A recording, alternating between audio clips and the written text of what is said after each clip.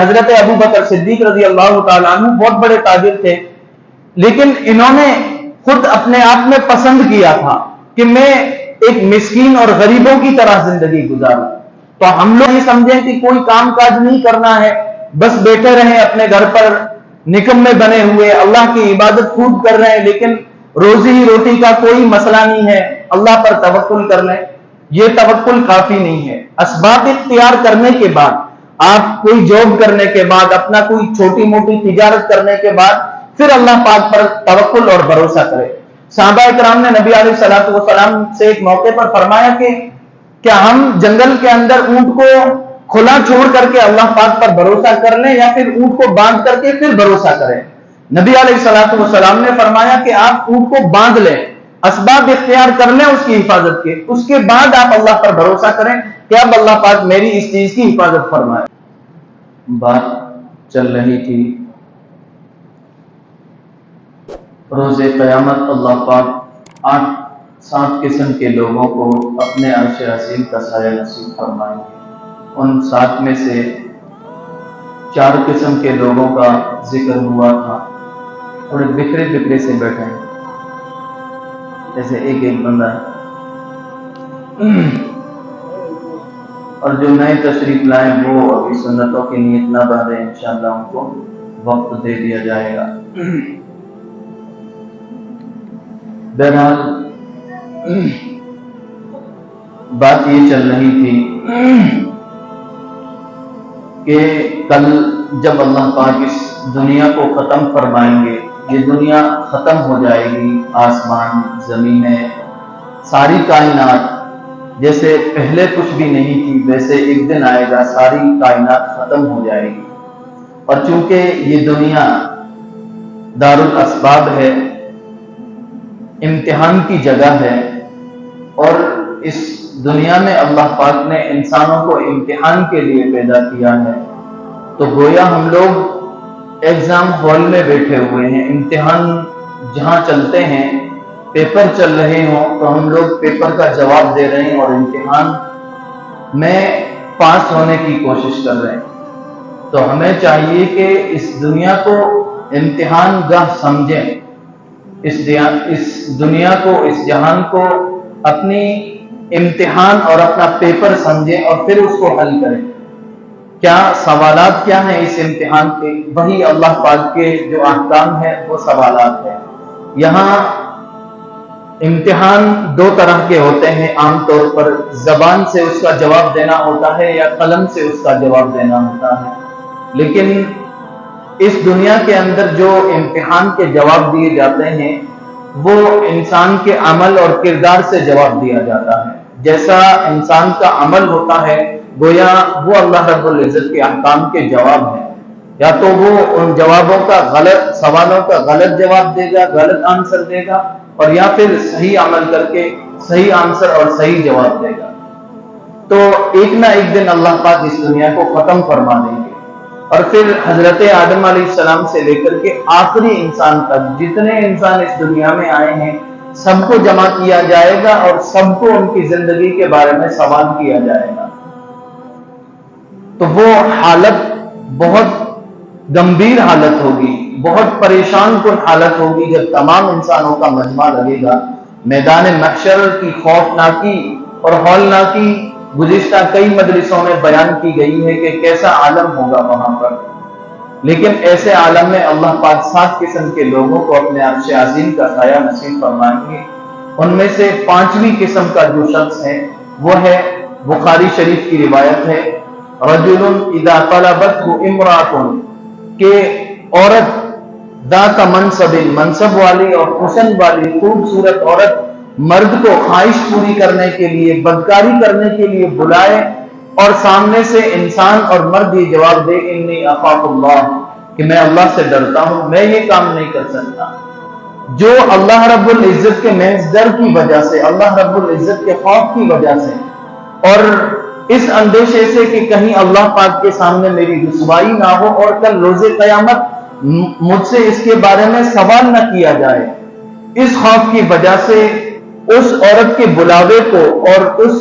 عورت کی پیشکش کو جو ٹھکرا دیتا ہے اور جواب میں کہتا ہے چاہے زبان سے کہے یا اپنے دل سے کہے انی اخاف اللہ، میں تو اللہ سے ڈرتا ہوں، اس وجہ سے میں یہ کام نہیں کر سکتا، اس سے اللہ پاک ناراض ہوتے ہیں۔ تو جو شخص جس کے دل میں اس طرح کی نوعیت ہو، اس طرح کی کیفیت ہو کہ جب بھی اسے ذات منصب والی اور خوبصورت عورت بدکاری کے لیے بلائے اور وہ انکار کر دے، تو اللہ پاک کو اس بندے پر ایسا رحم آتا ہے کہ اللہ پاک اس کو اور بہت سارے انعامات سے نوازتے ہیں۔ اس کے ساتھ ایک خصوصی انعام اللہ پاک انہیں یہ نصیب فرماتے ہیں کہ کل روز قیامت جب سارے انسان پریشان ہوں گے، گرمی سخت ہوگی، لوگوں کی کھوپڑیاں اس طریقے سے ابل رہی ہوں گی جیسے ہانڈی کے اندر کھچ ابلا کرتی ہے،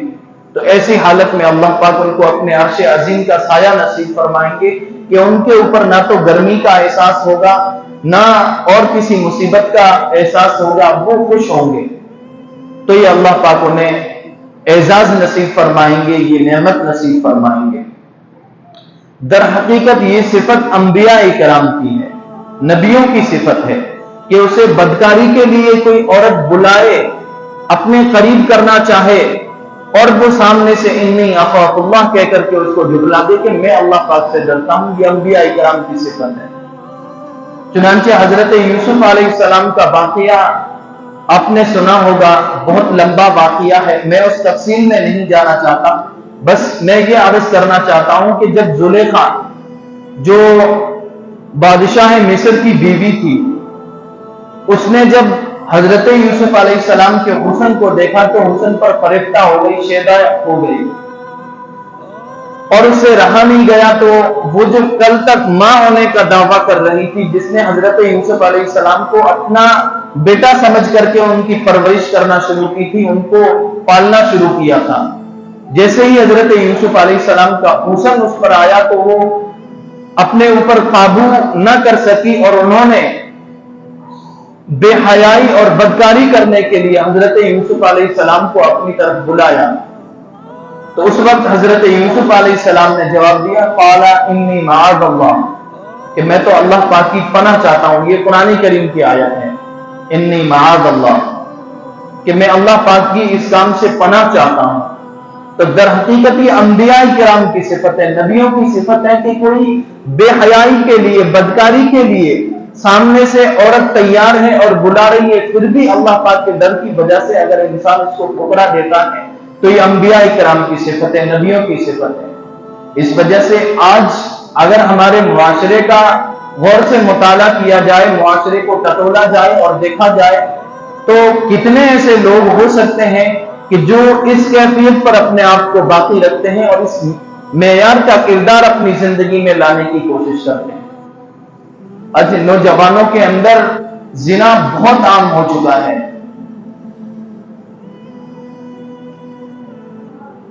شاید کوئی ایسا موقع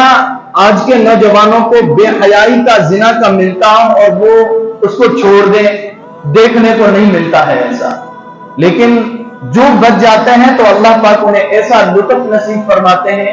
ایسے ان کے اندر حلاوت نصیب فرماتے ہیں، ایسا مزہ نصیب فرماتے ہیں جو اس کے اندر نہیں ہے۔ لکھا ہے اکابرین نے کہ جب انسان بدنگاہی کرتا ہے تو اسے، کیونکہ اس کا نفس خراب ہے، اس کی وجہ سے اسے بدنگاہی میں، بد نظری میں، زنا میں،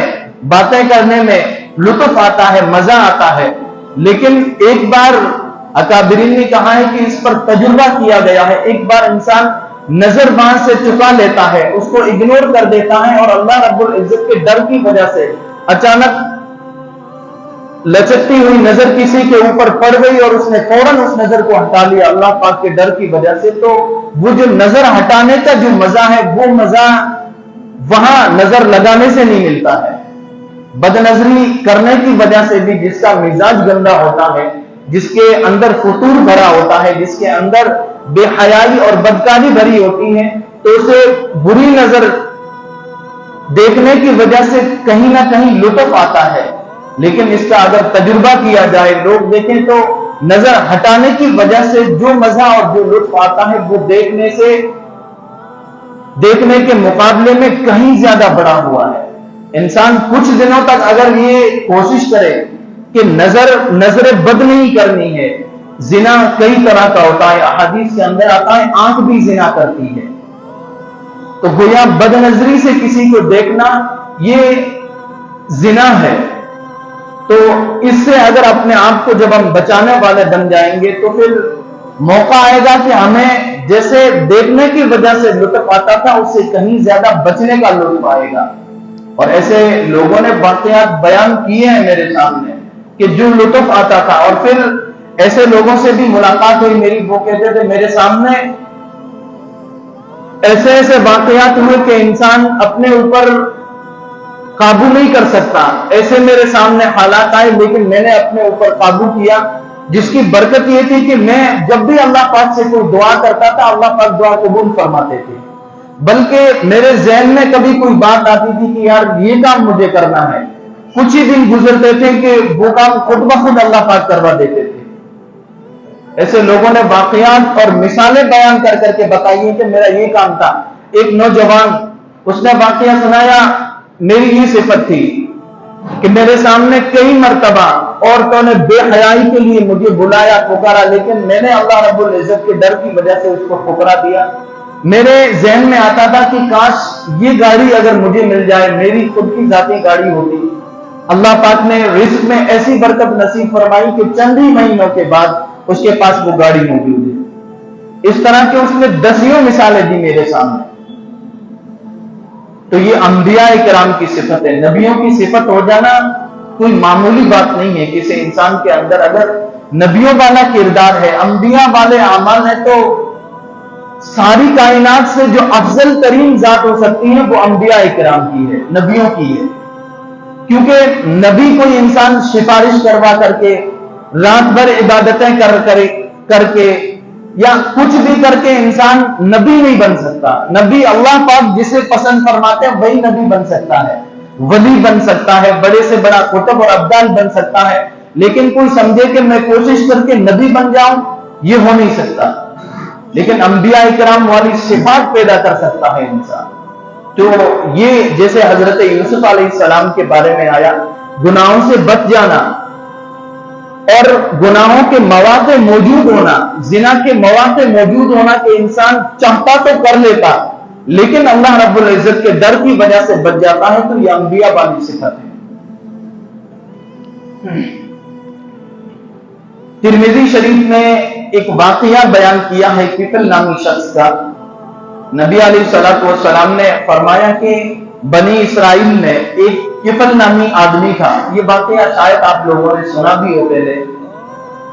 وہ شخص بہت بے حیائی اور بدکاری کیا کرتا تھا، ہر طرح کے گناہ کرتا تھا، خصوصی طور سے زنا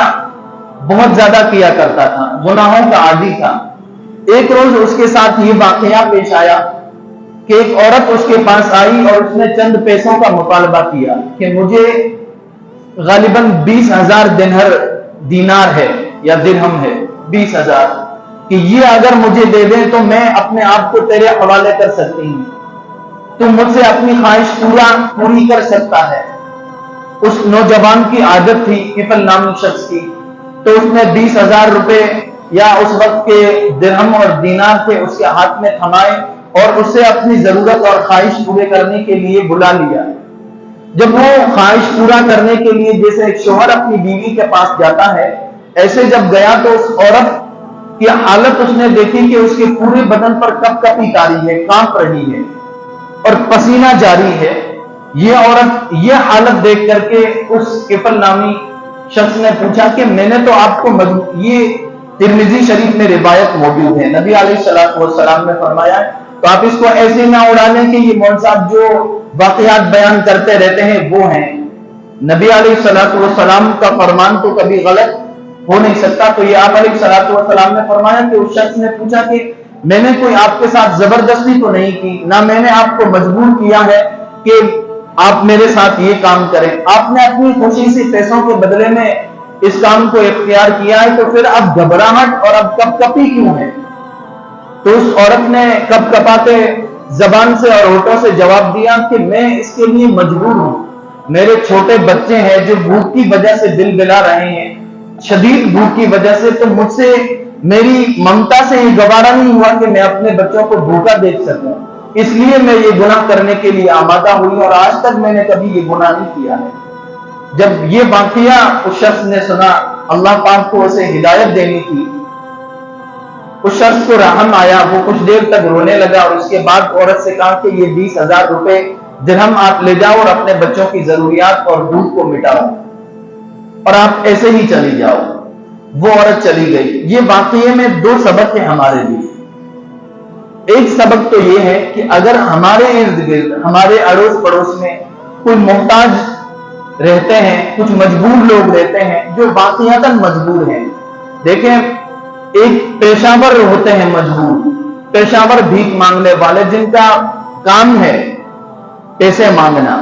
ان کو ہر انسان دے دیتا ہے اور ان کو بالکل منع بھی نہیں کرنی چاہیے، مناسب نہیں ہے۔ اور اگر نہیں دے سکتے تو کم از کم اچھی بات کے ذریعے انکار کر دیں، یعنی چڑچڑاہٹ پیدا ہونا یا برے الفاظ دے دینا، اس سے بچ کر کے ہو تو ہلکی پھلکی مدد کر لیں اور نہ ہو تو پھر رہنے دیں۔ اچھے انداز سے اس کو انکار کر دیں، برا انداز نہ اختیار کریں کہ یار آپ کا تو کام ہی ہے بھکاری بننا، یہ الفاظ نہ استعمال کریں۔ اگر گنجائش ہے، دل کی چاہت ہے تو ضرور ان کے سوال کو کہیں نہ کسی درجے میں حل کریں۔ اگر نہیں ہو سکتا تو پھر خاموشی کے ساتھ یا پھر اچھے انداز میں اس کو منع کر دیں۔ بہرحال میں کہہ نہیں رہا تھا کہ اگر ہمارے اڑوس پڑوس میں کوئی واقعی ایسے محتاج لوگ ہیں جو کسی کے سامنے دستے سوال دراز نہیں کرتے ہیں، کسی کے سامنے بھیک نہیں مانگتے ہیں، ایسے لوگ ہیں تو ہم لوگ یہ نہ سمجھیں کہ یہ ان کے آزمائش کے دن چل رہے ہیں، ان کے امتحان کے دن چل رہے ہیں۔ عام طور پر یہ ہوتا ہے کہ جب ایسا کہیں ہوتا ہے انسان سوچتا ہے یہ ان کا برا وقت چل رہا ہے، یہ ان کا امتحان چل رہا ہے، تو وہ ان کا بھی امتحان ہے، اس کے ساتھ ساتھ ہمارا امتحان بھی ہے۔ جیسے ان کا امتحان ہے ایسے ہی ہمارا امتحان ہے کہ ہم اللہ رب العزت کے بندوں کو بھوکا پیاسا اور پریشان دیکھ کر کے ان کی پریشانی کو دور کرنے کے لیے کیا اعمال کر سکتے ہیں۔ تو ان کے ساتھ ساتھ یہ ہمارا امتحان بھی ہے۔ وہ امتحان میں کامیاب ہو نہ ہو ہمیں اس سے مسئلہ نہیں، ہمیں اپنے امتحان میں کامیاب ہونا ہے اور ہمیں ایسے لوگوں کی بڑھ چڑھ کر کے مدد کرنی چاہیے۔ بہرحال ایک سبق تو ہمیں یہ ملتا ہے کہ ایسے مجبور اور لاچار لوگ جو غربت کی وجہ سے اور مال نہ ہونے کی وجہ سے گناہوں میں ملوث ہو جاتے ہیں، آج ہم لوگ اندازہ نہیں کر سکتے۔ اگر آپ ریسرچ کرو گے، دیکھو گے تو آج جتنے بے حیائی کے اڈے کھلے ہوئے ہیں ان میں اکثر جو عورتیں آتی ہیں وہ غربت کی وجہ سے آتی ہیں، جن کے پاس مالی حیثیت بڑی ہوئی جن کی نہیں ہوتی ہے، مال جن کے پاس نہیں ہوتا ہے، ورنہ اپنا بدن بیچنا کسی کو بھی گوارا نہیں ہوتا ہے۔ عام طور پر یہی ہوتا ہے، مجبور لوگ اور بے بس لوگ، کیونکہ دنیا کا نظام ایسا ظالم طریقے سے بنا ہے کہ غریب انسان اور غریب ہو رہا ہے اور امیر جو ہے وہ اور امیر ہوتا چلا جا رہا ہے، اور غریبوں کے حقوق پر کوئی بات نہیں کر رہا ہے، غریبوں کی مدد کے لیے کوئی حکومتی اعتبار سے باتیں نہیں ہو رہی ہے، صرف فارمیلٹی پوری کی جا رہی ہے۔ تو ایسے حالات میں ہمیں چاہیے کہ اگر اپنے اڑوس پڑوس میں آس پاس میں ایسے کچھ ہیں تو اپنا فریضہ سمجھ کر کے، اپنا امتحان سمجھ کر کے اس میں کامیاب ہونے کی کوشش کریں اور ان کو مدد کریں۔ اور دوسرا جو ہمیں اس واقعے میں سبق ملتا ہے وہ یہ ملتا ہے کہ غربت ہمیشہ اچھی چیز نہیں ہے۔ کبھی نبی علیہ الصلوۃ والسلام کے بارے میں اور حضرات صحابہ کرام کے بارے میں ان کی غربت بھری داستانیں ہمارے سامنے آتی ہیں تو وہ اولاً تو ان کا جس معیار کا ایمان تھا اس معیار کا ہمارے پاس ایمان نہیں ہے۔ وہ دنیاوی لالچ کی وجہ سے ایمان کا سودا نہیں کر سکتے تھے، وہ اپنی جان مال سب ایمان پر فدا کرنے والے تھے۔ اور دوسری چیز ان کا جو فقر تھا، یعنی جو غربت تھی، وہ اختیاری تھی، انہوں نے اس کو اختیار کیا تھا، اس کو پسند کیا تھا۔ اگر وہ چاہتے تو جیسے پہلے دور میں تھے ایسے طریقے سے مالدار بن سکتے تھے۔ حضرت ابو بکر صدیق رضی اللہ تعالیٰ عنہ بہت بڑے تاجر تھے، لیکن انہوں نے خود اپنے آپ میں پسند کیا تھا کہ میں ایک مسکین اور غریبوں کی طرح زندگی گزاروں۔ تو ہم لوگ ان کی طرح یہ سمجھیں کہ کوئی کام کاج نہیں کرنا ہے، بس بیٹھے رہیں اپنے گھر پر نکمے بنے ہوئے اللہ کی عبادت خوب کر رہے ہیں لیکن روزی روٹی کا کوئی مسئلہ نہیں ہے، اللہ پر توکل کر لیں، یہ توکل کافی نہیں ہے۔ اسباب اختیار کرنے کے بعد، آپ کوئی جاب کرنے کے بعد، اپنا کوئی چھوٹی موٹی تجارت کرنے کے بعد پھر اللہ پاک پر توکل اور بھروسہ کرے۔ صحابہ اکرام نے نبی علیہ الصلوۃ والسلام سے ایک موقع پر فرمایا کہ کیا ہم جنگل کے اندر اونٹ کو کھلا چھوڑ کر کے اللہ پاک پر بھروسہ کر لیں یا پھر اونٹ کو باندھ کر کے پھر بھروسہ کریں؟ نبی علیہ الصلوۃ والسلام نے فرمایا کہ آپ اونٹ کو باندھ لیں، اسباب اختیار کر لیں اس کی حفاظت کے، اس کے بعد آپ اللہ پر بھروسہ کریں کہ اب اللہ پاک میری اس چیز کی حفاظت فرمائے۔ تو ایسے ہی ہم لوگ، کچھ لوگ ایسے ہوتے ہیں کہ اللہ جیسے روزی دیتا ہے اللہ ہی دے دیتا ہے، یہ کہہ کر کے بس ختم، کوئی کام کاج نہیں، دن بھر گھر پہ سوئے ہوئے ہیں۔ تو یہ غربت آزمائش ہے۔ غربت کبھی کبھی انسان کو گناہوں تک پہنچا دیتی ہے، تاکہ کفر تک پہنچا دیتی ہے۔ ایسے آج لوگ بہت زیادہ مرتد ہو رہے ہیں، ان کی ایک وجہ، بہت بڑی وجہ یہ بھی ہے، پیسے کے لیے لوگ مرتد ہو رہے ہیں، یعنی اسلام چھوڑ رہے ہیں۔ اسلام چھڑانے والی جو طاقتیں ہیں انہیں جاب دے رہی ہے، انہیں مکان دے رہی ہے، انہیں پیسہ دے رہی ہے، جس کی وجہ سے وہ اسلام چھوڑ کر کے کفر اختیار کر رہے ہیں۔ تو غربت یہ کبھی کبھی انسان کے ایمان چھن جانے کا سبب بھی بن جاتی ہے۔ ہاں، اس کے پیچھے بالکل بھی نہیں پڑنا ہے کہ مالداری حاصل کرنے کے لیے، پیسہ حاصل کرنے کے لیے بالکل صحیح اور غلط، جائز اور ناجائز کی تمیز انسان بھول جائے، فرق کرنا بھول جائے، جائز سے ہے وہ بھی لے لے، ناجائز آیا وہ بھی لے لیا، یہ اچھی بات نہیں ہے۔ لیکن پہلے اسباب اختیار کریں اور اس کے بعد اللہ رب العزت پر توکل کریں، اللہ رب العزت پر بھروسہ کریں، اللہ پاک سے برکت طلب کریں کہ اللہ پاک میں نے یہ اسباب اختیار کیے ہیں، اب اس میں برکت ڈالنا، اس میں روزی کی کثرت کرنا، یہ آپ کے قبضہ قدرت میں ہے، آپ برکت نصیب فرمائیں۔ تو یہ دو سبق اس واقعے میں ہمیں ملتے ہیں۔ بہرحال بات کہیں اور نکل رہی، میں عرض نہیں کر رہا تھا کہ وہ شخص جو کفل نامی شخص تھا، اس نے اس عورت کو پیسے دے کر کے ویسے ہی بھیج دیا۔ دوسرے دن جب صبح ہوئی تو اس کے دروازے پر لکھا ہوا تھا، یہ نبی علیہ الصلوۃ والسلام کی روایت ہے، اس کے دروازے پر لکھا ہوا تھا ان اللہ غفر علی کفل، کہ اللہ پاک نے کفل کو معاف کر دیا ہے، کفل کے سارے گناہ معاف کر دیے ہیں۔ کفل جو کل تک جس کی زندگی گناہوں میں گزری ہوئی تھی، لیکن یہ انبیاء والی صفت کی وجہ سے کہ اس نے اللہ پاک کے ڈر کی وجہ سے جو لڑکھڑاتا ہوا، کپ کپاتا ہوا، جو وہ اس نے منظر دیکھا اس عورت کا، تو اس کے دل میں اللہ رب العزت کا خوف آیا اور خوف خدا کی وجہ سے اس نے یہ کام ترک کر دیا، اللہ پاک نے اس کے سارے گناہ معاف کر دیے۔ تو ہمیں چاہیے کہ اپنی جوانی کو، اپنے کردار کو پاک رکھیں، کردار کے اور کیریکٹر کے کبھی خراب نہ بنے، کردار ہمیشہ مضبوط ہونا چاہیے۔ بلکہ آج کے نوجوان تو یہ کرتے ہیں کہ کوئی بے حیائی کا کام کر بھی لیتے ہیں اور اس کو پھر فخر کے ساتھ آگے بتاتے بھی ہیں، فلاں لڑکی سے میری سیٹنگ ہے، میں اس سے بات کرتا ہوں۔